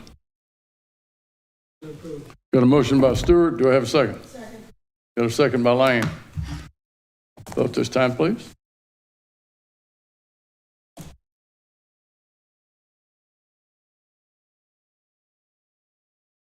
And it passes 6-0. Thank you, council members. Item number 7, contracts and agreements. 7A, consideration of an action on authorization of a contract with PGAL Inc. in the amount of $1,310,000 for design services for the animal shelter project. Got Lane Wolf, our senior manager of vertical construction. Yes, so sir. we will finally go get this thing built? Yes, sir. Ready to get it started. Good evening, Mayor and council members. We'll jump right into it. So a little bit of background. This was first brought up way back in 2015 with the master plan update. 2017, we brought on the team of PJL and Animal Arts. They've been working together with us on programming and scoping for this project. They helped put together the 2019 GEO bond. 2020, of course, COVID hit. 2023, we recognized that we're being slowed up on the construction of this project, and we looked at working together with Fort Bend County on regionalization. That kind of fell through. So in 2024, council directed to move forward with the standalone animal shelter. And 2024, GEO bond provides the gap funding, and this is where we are currently. Project location, our due diligence was to look at all the sites available in the city. We looked at 5 city-owned sites: PD Campus, Public Works, North Property, Oyster Creek Park, Eldridge Park, and Imperial Park. We also reviewed 4 commercial sites. The aspects that we're evaluating were visibility, recreational infrastructure, existing site utilities, overall access, and sound concerns. The final selection was Imperial Park along Highway 90A. This is a site plan produced by PJL. This was a draft floor plan, positioning it on the site so we could see how it fit within the site. It fits in the north side of the property, right there along Highway 90. For reference, Nalco is right across the street, and we're about 2 blocks down from Imperial. We have the existing park that's great for walking the dogs, exercising the dogs. We have parking, we have site utilities, we have everything here. Design team selection, we followed city's policy PU 109. We selected PJL and Animal Arts for the design and study. The team of PJL and Animal Arts have been working together with the city since 2017. For continuity, the city plans on continuing this team through design and construction. Project scope. We have everything inside this design package, from schematic design to design development, construction docs bid, construction administration, and closeout. It includes reimbursable costs, surveying, geotechnical, ADA inspections, FF&E, all of it. This again is the sample floor plan. I say sample because even though we have sat down, we've gone through the stakeholders, we've planned out, we know what all the spaces are, the wants and the needs, we've assigned square footage to it, and then we placed it on a plan to see how it all laid out. But we're getting ready to start the full-blown design process so things could move around. Right now, we're looking at housing for 80 dogs, 122 cats, and 26,000 square feet and all the associated rooms to make it a complete animal shelter. Stakeholder engagement. The city will select a group of stakeholders to take part in the design process and guide the design team. This is in progress. We have not selected that team yet, but it's coming up quickly. PJL contracts also include updates, presentations to Animal Advisory Board and City Council as needed. And public updates will be coordinated through the city's communication department. Project funding, we have previous COs and the 2019 bond. Available design funds are $1.8 million. Design contract is $1.31 million. Any remaining funds will be rolled over into the construction side of the project. Design will take probably last through 2025, with construction taking place early 2026, and expect probably about a year for construction. And with that, we have the request for approval. The Engineering and Animal Services Department recommend the City Council approve a professional services contract with PJL Inc. for the design services and construction administration of the animal shelter CIP-CMU 1908 in the amount of $1,310,000. And with that, I'll take any questions. Question, Carol? Thank you, Mayor. Has there been any discussion about providing a room for a vet where basic services could be provided to animals, or is that something that's not feasible? Basic services, could you? Well, I don't know, spaying or neutering, or just, I don't know, dealing with a sick animal or something like that. Is there We any have a place? complete package. There was talk early on about a separate veterinary surgical suite. Yes. That was determined to be a want and not a need. We are still tracking that. Once we get into design, we can look at that more, but a surgical suite is not included in this. Okay, and then follow up. So who are the stakeholders? What will, like, say, for example, an animal shelter volunteer be considered to be a possible stakeholder? Because I know PGAL, I mean, they are experts at designing, but you've got your staff and you've got your volunteers. They're the ones who's actually utilizing the space. Those are the stakeholders I am referencing. Okay. Yes. Thank you. And then we'll probably have a representative from facilities included also, and some other city staff members. Great, thank you. Yep. Anyone else? Can I get a motion? Got a motion by McCutcheon. Do I have a second? Second. Got a second by Lane. You vote at this time, please.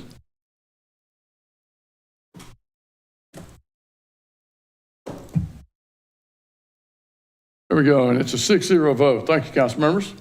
Thank you. Thanks, Lane.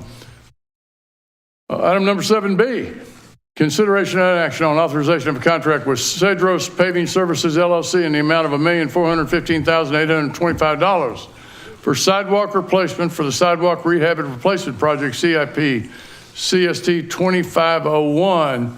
Ms. Keisha Seals, Assistant Director of Public Works. Keisha. Good evening, Mayor, members of council. Before I get started, I do want to acknowledge two great staff members that we have at the Public Works Department, which is Ryan Bell, our Streets and Drainage Engineering service person, as well as Ray Song, who is our Engineering Manager. Welcome. They'll actually be helping me answer some questions tonight.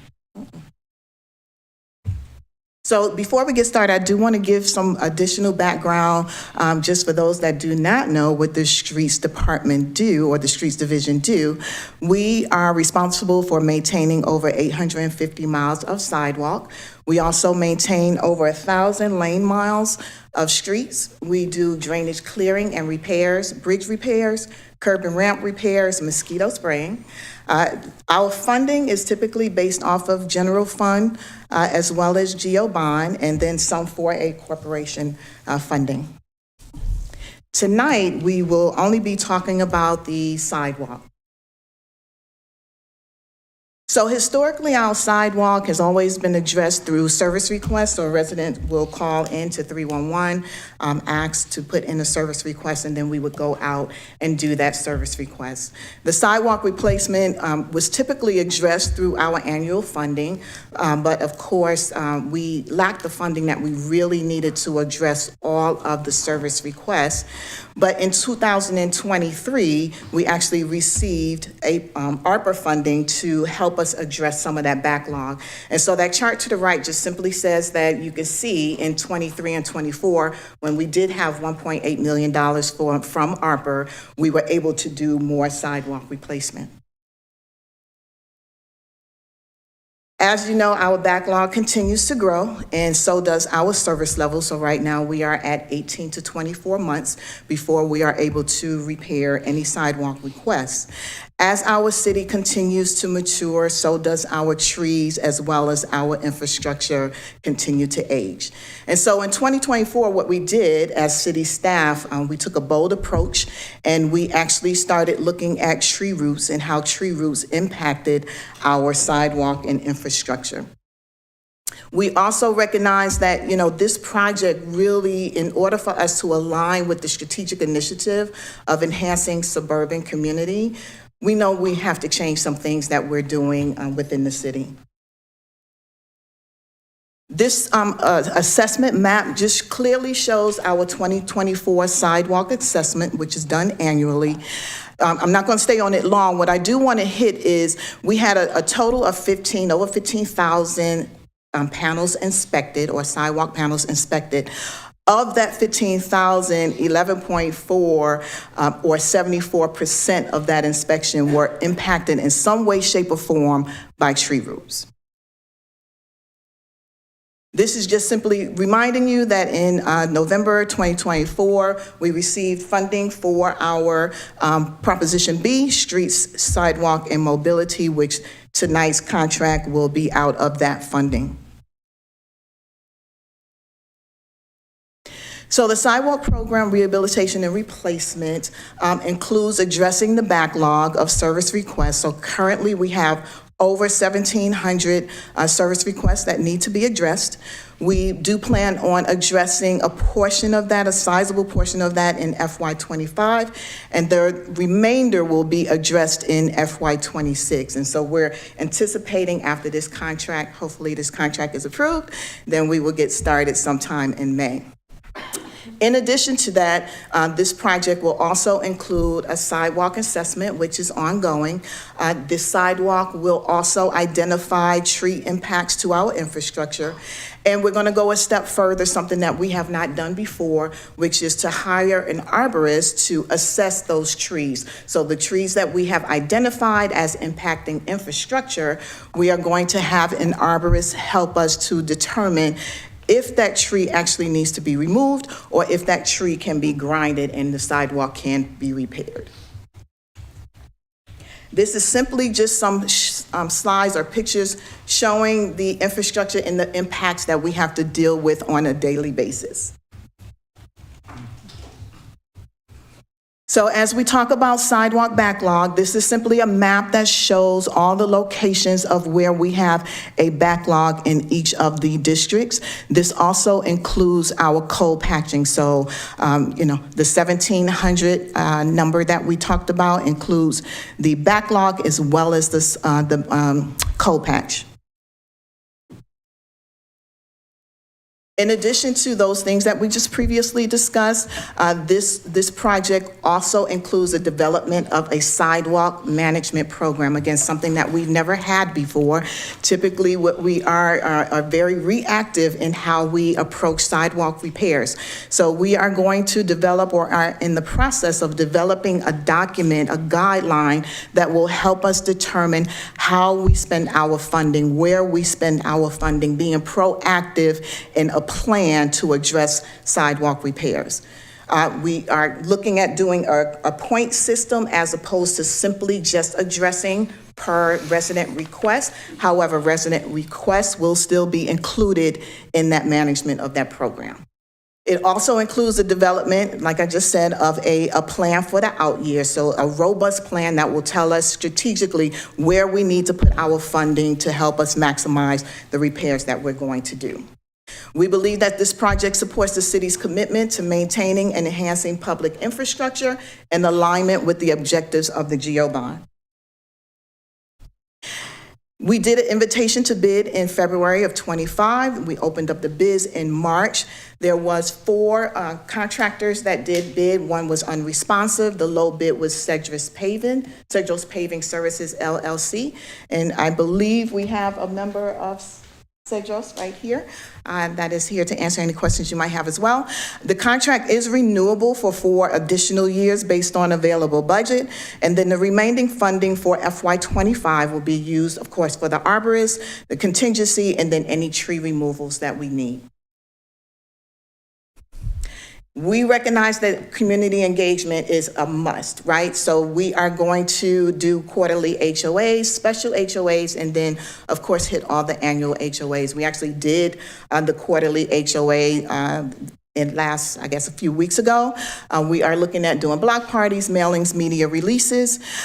There will be an update on the sidewalk repair and replacement project on the GeoBond project website, as well as a GeoBond tracker that will help you see exactly where we're going, where we're making all of our repairs, so you can stay up to date. There also are, of course, service requests that will continue to be coming into, a request for service from the residents, and we will continue to receive those as well at the general location of the 311 Contact Center website. And then the Streets Division will do a community survey for a pilot program that we are looking to do for sidewalk, and so that will be coming down the pipeline for the future. And you actually approved on consent for this evening, the asphalt overlay pilot program, which will be on West Airport. And then finally, our document, once we finalize the sidewalk management program document, that too will be up on the website for people to see. The schedule for the project, we will, again, start in May of this year. We are anticipating that the first round of backlog will be done in 240 calendar days. So that will put us in January 26, of course, weather permitting. Our next steps is continue to complete our backlogs. We are identifying and marking those locations where we will go out and do the repairs. And so if residents are seeing staff out marking those flags or marking those panels, that's because they have been identified for this first round of repairs. And then we will also continue to work with our certified arborists to address any tree impacts, receive a recommendation from that arborist on how we are to move forward with that tree impact, and then If we have to negotiate or work with the residents, we will be working with the residents and the HOA for any tree removals due to tree impacts on our infrastructure. We actually have a meeting with FCCSA at the end of this month. We've been meeting with them. They are aware of the program that we are putting in place. We believe that they are in agreement that something needs to be done. And so this is our opportunity to really discuss what that something is. And then, of course, we will continue our community engagement. So at this time, staff asks that City Council authorize the execution of a construction contract with Cedros Paving Services, LLC, for the replacement of damaged sidewalks at various locations in the amount of $1.4 million per year.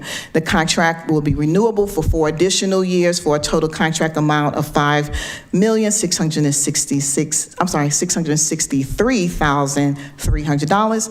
CIPST 2501 Sidewalk Program Rehabilitation and Replacement Project. And at this time, I'll be happy to answer any questions. Questions? William, start with you, and Jennifer, Carol.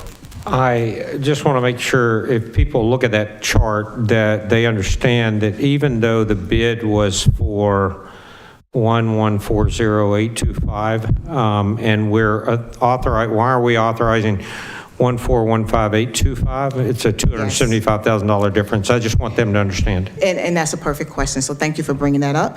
This is based off the 1.14 is based off of a unit price, and so we recognize that we wanted to ask for a little bit more just so we can do more.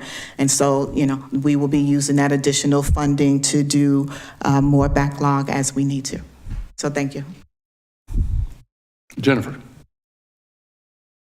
Okay, just to clarify, so tree grinding is removing the visible tree roots and turning that into mulch. So then we can have a flat type of surface to reinstall concrete. Correct. And so with the tree grinding, which is something typically that our staff can even do, we do that as well.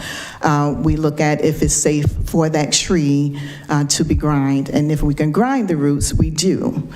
But if we cannot, we need to make sure that a certified arborist tells us, yes, you can't grind those roots and that tree still be safe in that space.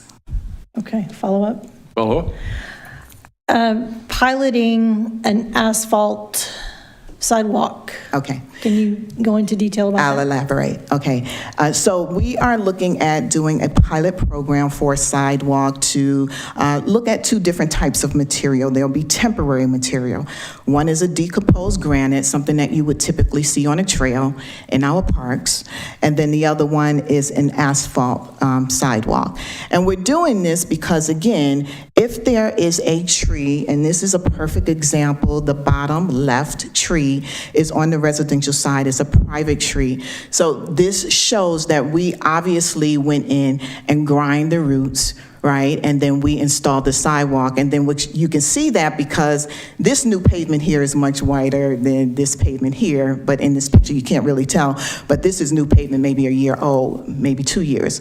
Already you can see that the roots are coming up and protruding that sidewalk again. What we're saying is we don't want to keep doing this. We don't want to keep putting in concrete, spending the money to put in concrete. So a resident is going to have to help us out to remove that tree if grinding is not an option. So in between the time that the resident makes the decision to remove the tree or the HOA, we're going to come in with temporary asphalt or temporary decomposed granite, just so that there's something there for residents to walk on. But a decision will have to be made by that resident on whether they want to remove that tree in order for us to come back with concrete. So again, it's a pilot program, something that we want to try. We're actually looking at installing both temporary material on Settlers Way Boulevard. But before we do that, we want to go to Settlers Way HOA, have a discussion with them, let them know this is just temporary. We are going to do community engagement. We'll have a QR code so people can, give us their opinion on the material. But again, that material is meant to only be temporary until something is decided on as far as the tree is concerned. Carol? Okay, so So if there's a tree issue on a residential side that's causing an issue, so are you going to, I guess if the tree grinder doesn't work, are you going to try to force a homeowner then to remove a beautiful 30 or 40-year-old live oak tree from their property? Is that the plan? So we won't force them, we'll just put in temporary material. Because again, putting in the concrete, we're going to have exactly what we have down at this bottom left picture. At some point in time, those roots are going to continue to grow, and then we'll have to come back and remove the concrete again that we just put in and put in more concrete. What we're saying is we are spending money that we should not be spending to fix a problem that's going to continue to happen.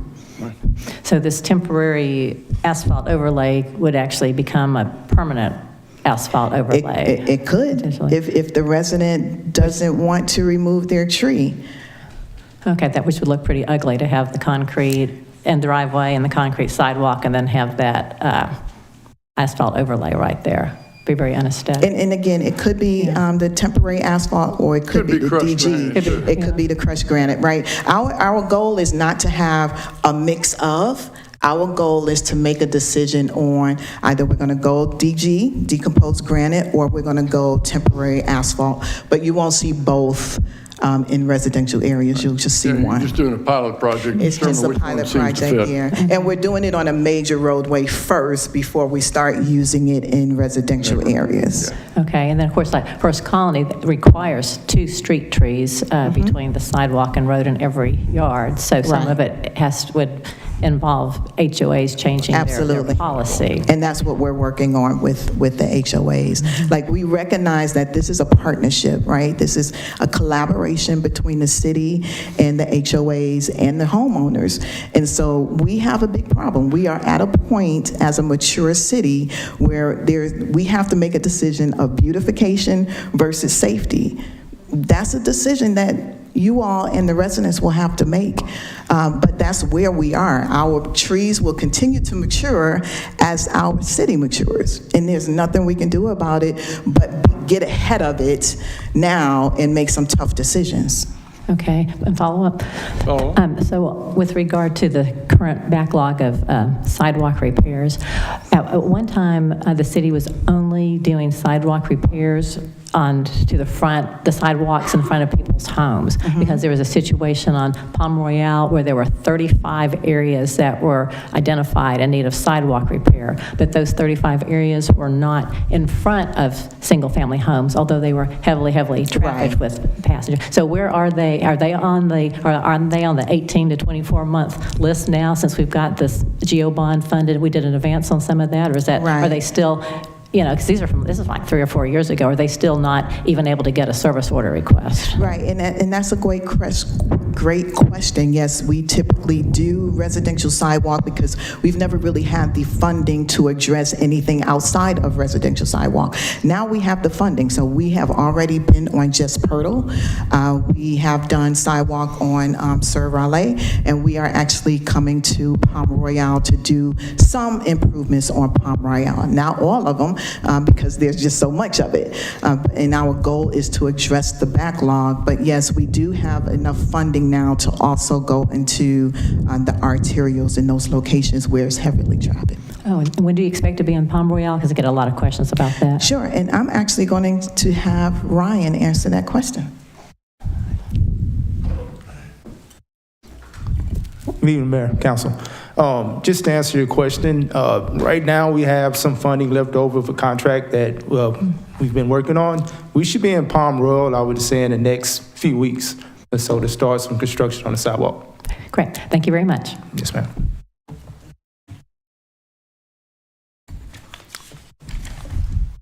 What's your pleasure? Motion approved. Got a motion by Jacobson. Do I have a second? Second. Got a second by Lane. Vote this time, please.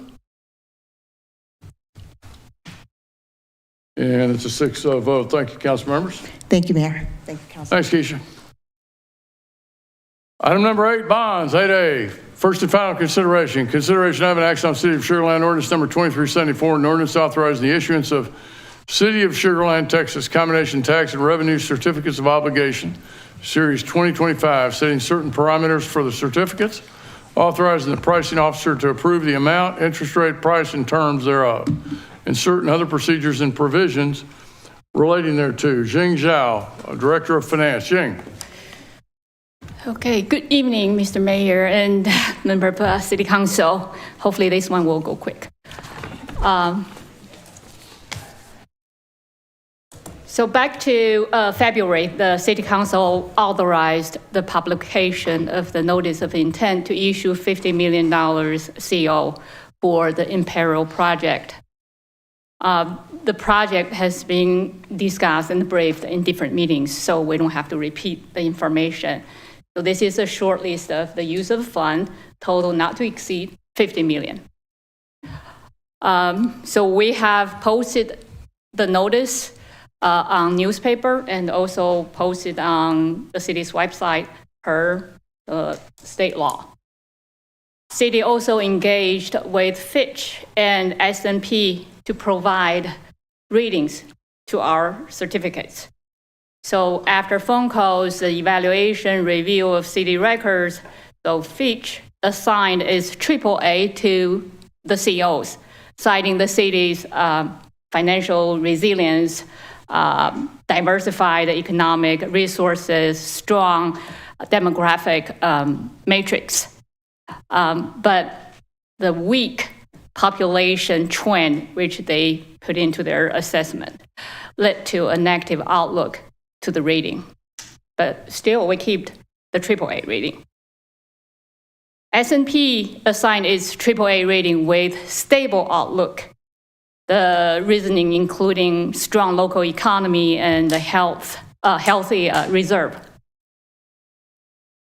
So while we were preparing for the issuance, the market had become more and more volatile due to concerns surrounding the tariffs. So the extreme uncertainty has caused dramatic, sometimes daily swings in the market. So to better manage or deal with the uncertainty, very, very high uncertainty, and also increase our chance to have a successful sale, perimeter sale has been used for this issuance. So perimeter sale, Ordinance 2374 is set for a perimeter sale. So mainly, this ordinance provides three key authorizations. One is to authorize the issuance of the CO. Two is to authorize the city manager as the pricing officer to complete the sale. Three is to set parameters for the certificates. That include the aggregate par amount not to exceed $50 million and the true interest cost not to exceed 4.75. So yesterday, around midday, the interest rate was 4.5. So we decided to move forward with the sale in the morning. Here's the result. So you should have the pricing book in front of you. This morning, we had the sale. It was very successful. The bid opened 10:15, and we received the 9 bids. The winning bidder is Frost Bank. The interest rate is 4.22. So under the current market condition, 4.22 is a very good rate.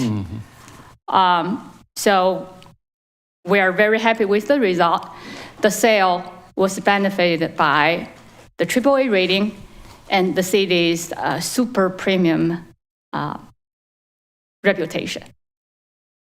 So the officer's pricing certificate, the bond council already prepared that for tonight. Recommendation. So the staff recommend the city council to approve ordinance 2374. Any questions? Stuart, go ahead. Jim, we talked about 9-year call date. Is it Yes. a 9 as well? Yes. Okay. It's a 9-year. Thanks. Motion to approve. Got a motion by Jacobson. Do I have a second? Second by, was that Wiley? Second by Wiley. Vote at this time, please. And it passes 6-0. Thank you. Thank you, Jane. Thank you. Item number 9, City Council City Manager Report. Suzanne, start with you. Thank you. Okay, Jennifer. I attended a community task force meeting at the Office of Emergency Management with Judge Becerra, and some Officer Moreno was there as well.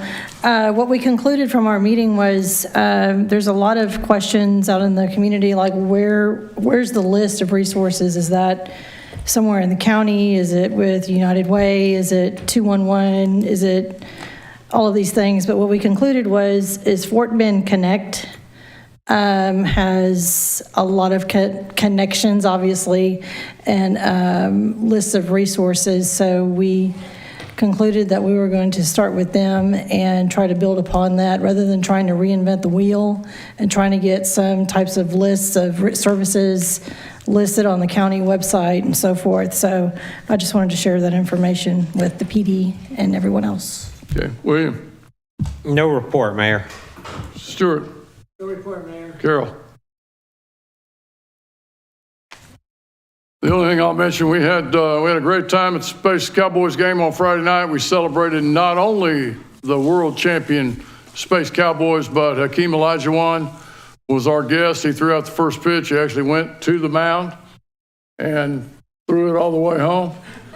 His 4 boys were there. I looked up to them. They were at least 2 feet taller than I am. So they are, we had a great time. They are very polite and engaged young men, and we had a great time with Hakeem and thanked him.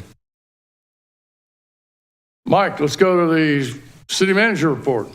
Mayor, just real quick, I wanted to just publicly thank and commend Jean and her team. A lot of pressures on the bond rating with our population decline. She's done an exceptional job with that, and our Hilltop team on getting us a great deal and taking this strategy. So just wanted to publicly commend them. Good point, Mike. Thank you, Jim, team. Motion adjourned, 7:30. Thank you all.